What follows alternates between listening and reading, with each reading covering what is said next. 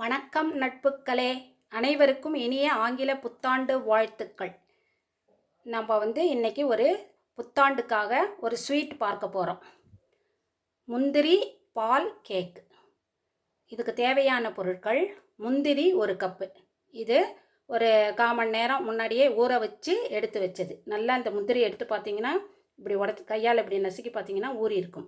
ஊறின முந்திரி பருப்பு 1 கப்பு. பால் powder 1 cup. நெய் ஒரு 1/4 கப்பு போதும். சர்க்கரை 1 கப்பு. வாசனைக்கு சிறிதளவு ஏலக்காய் தூள். அவ்வளோதான் இதுக்கு தேவையான பொருள். ஃபஸ்ட்டு என்ன செய்யணும்னா, இதையும் சர்க்கரையும் சேர்த்து மிக்சியில் போட்டு பேஸ்ட் மாதிரி அரைச்சிக்கிட்டு வந்துக்கணும். தேவைன்னா லைட்டாக தண்ணி தெளித்தா போதும். இப்போ அரைச்சிட்டு வந்துடுவோம். இந்த மாதிரி திக்கான பேஸ்ட்டாக அரைச்சிக்கணும். இதை இப்போது இந்த வாணலில் போட்டுக்கணும்.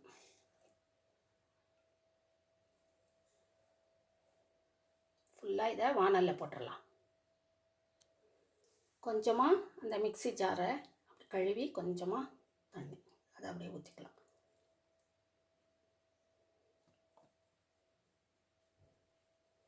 ஊற்றிட்டு அடுப்பை பற்ற வச்சிடலாம்.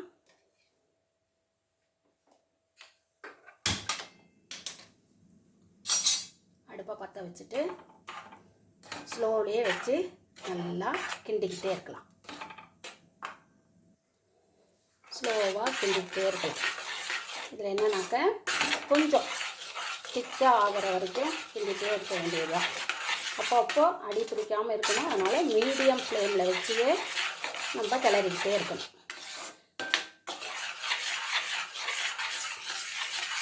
கொஞ்சம் கொஞ்சமாக நம்ம நெய் போட்டு கிளறலாம். கொஞ்சம் போட்டுக்கலாம். இப்போது ஒரு ஸ்பூன்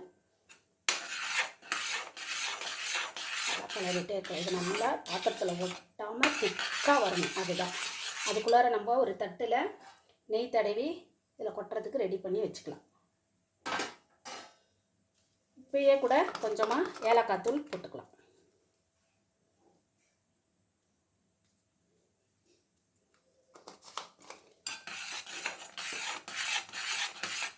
நல்லா திக்காக ஆனதும் உங்களுக்கு காமிக்கிறேன்.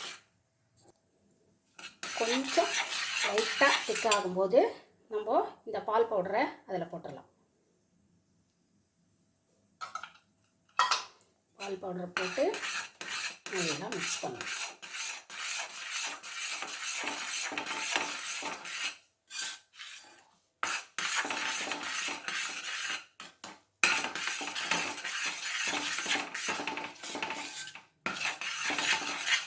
நல்லா கைவிடாமல் கிளறிக்கிட்டே இருக்கணும். மீடியம் ஃப்ளேம்லேயே வச்சு கிளறிக்கிட்டே இருக்கணும். ஸ்லோவாக வச்சு கிண்டிக்கிட்டே வரணும். கொஞ்சம் நல்லா இந்த மாதிரி பபிள்ஸாக வருது பாருங்கள். நடுவில் பபிள்ஸ் வரும்போது இன்னும் ஒரு ஸ்பூனு நெய் போட்டுக்கலாம்.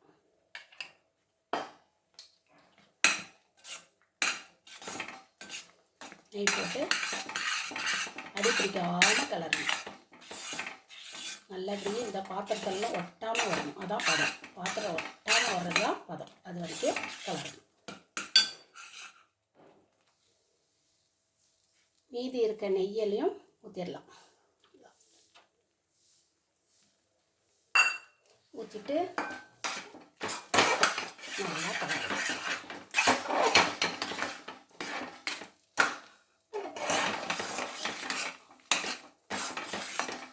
நல்லா இப்படி பாத்திரத்தில் ஒட்டாமல் இப்படி சுருண்டு வருது பாருங்கள்.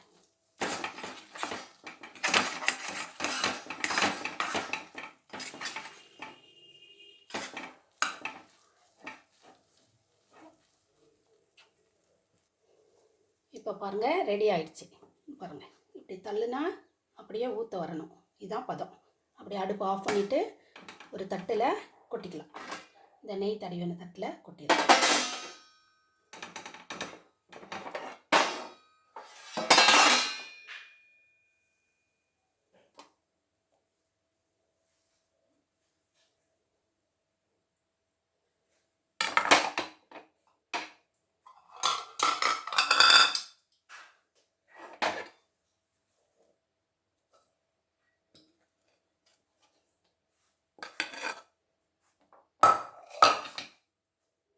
ஃபுல்லாக கொட்டிட்டு நல்லா ஒரு நெய் தடவின ஸ்பூன் வச்சுட்டு அதால் நம்ம இப்படியே ஃப்ரை பண்ணிட்டுக்கலாம்.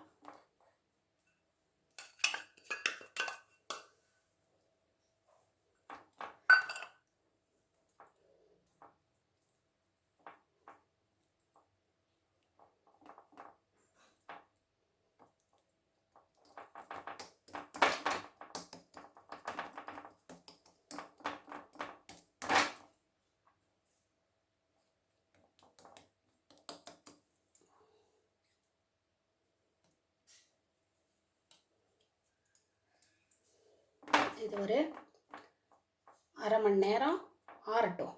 ஆறுனதும் நம்ம தேவையான ஷேப்புக்கு கட் பண்ணிக்கலாம்.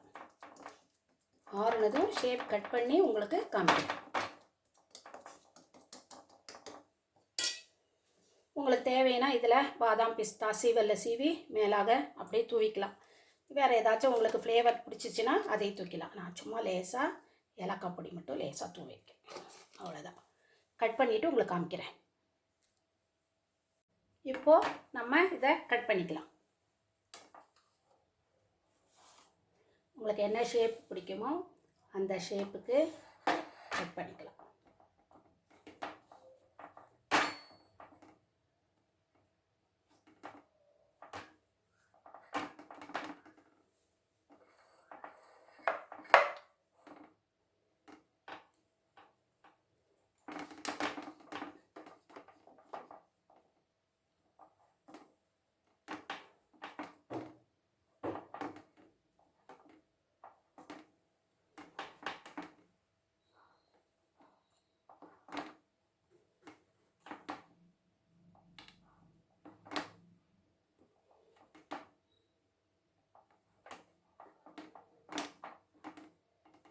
அவ்வளோதான். இப்போ பாருங்கள், அப்படியே நம்ம பீஸ் எடுக்க அழகாக வரும்.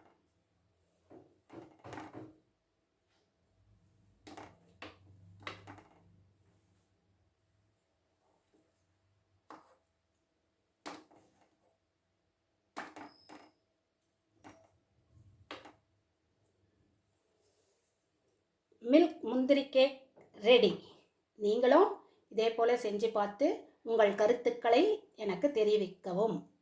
நன்றி மக்களே.